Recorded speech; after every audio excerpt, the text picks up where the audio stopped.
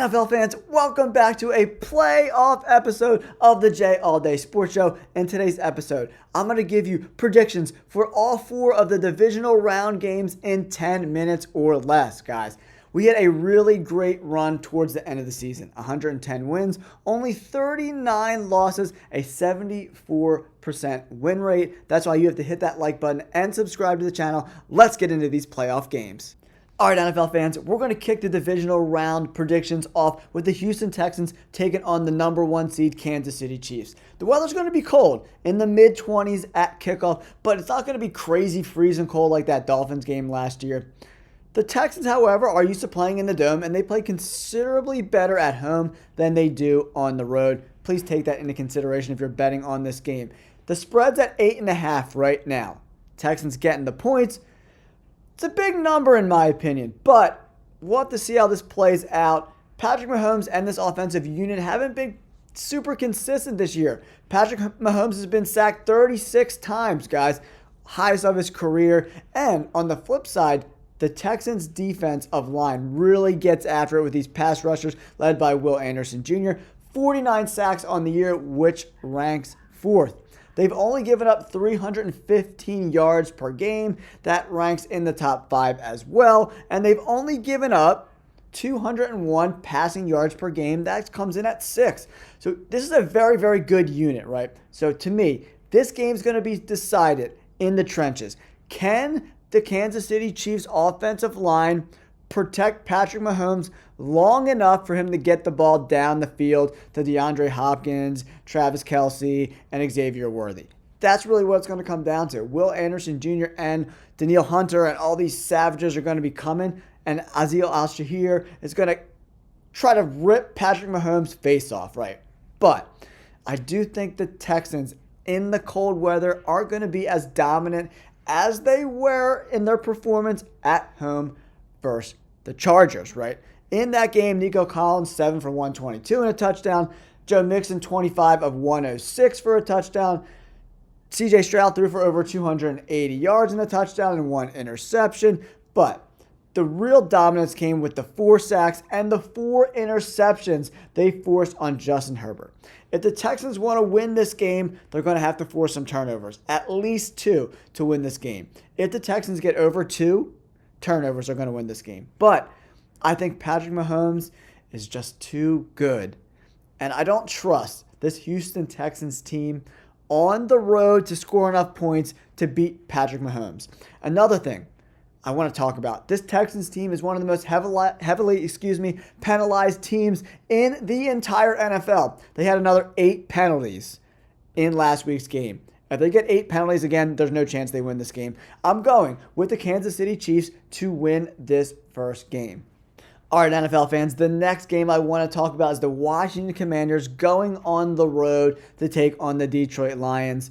When I look at this matchup, there's a lot of concerns. I love myself some Jaden Daniels. I said in my predictions, I did take Tampa Bay. I'm not going to lie. They actually had the game won, and they blew it with a couple of those miscues at the end of the game, and they lost the 4th quarter. That's why they lost the game. But I said I wouldn't be surprised if Jaden Daniels and the Commanders won this game, because you get good Baker or bad Baker. We got bad Baker in that game.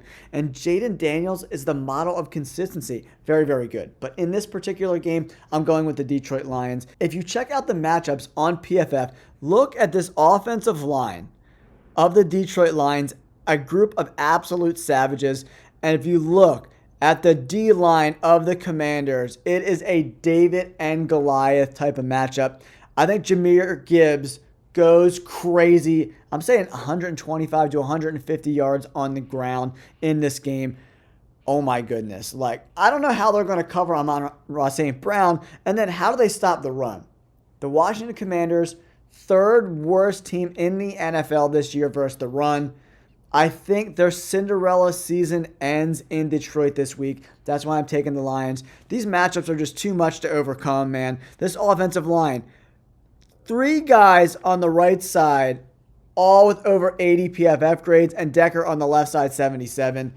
4 out of the 5 offensive linemen are incredibly talented. This offensive line is going to dominate in the trenches, and that's why the Detroit Lions get the win here. The spread's pretty hefty, guys.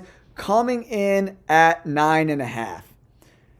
I think they might cover the spread, man. I love Jaden Daniels. I think he's going to be great for this Commanders organization, but I think the defense for the Commanders has way too many flaws. And just the Detroit Lions, when it comes crunch time, especially at home, they are going to deliver. Jahmyr Gibbs has a unbelievable game in this spot. I'm saying 150 yards and 2 touchdowns for Jahmyr Gibbs. Detroit Lions get the W. Next, let's move on to the LA Rams versus the Philadelphia Eagles. This game is going to be super, uber competitive.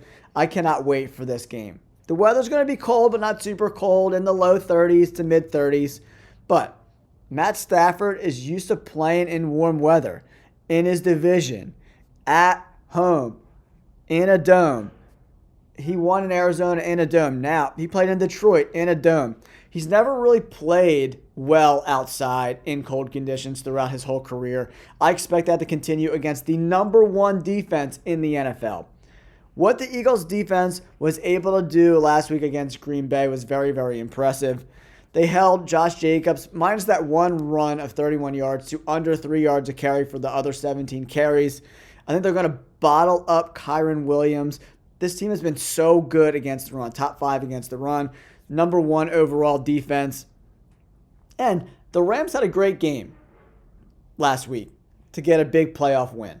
But Matt Stafford's 3 previous starts, this offense really, really struggled. They only scored 19, 13, and 12 against, the Jaguars, Arizona, and the 49ers. Not really great defenses. The Philadelphia Eagles defense is way better. But the Eagles lost Nakobe Dean. He's going to be done for the year. Burks is going to step into that spot. But they still got Cooper DeJean, Quinyon Mitchell, Jalen Carter. I think they're going to wreak havoc on Matt Stafford and this team.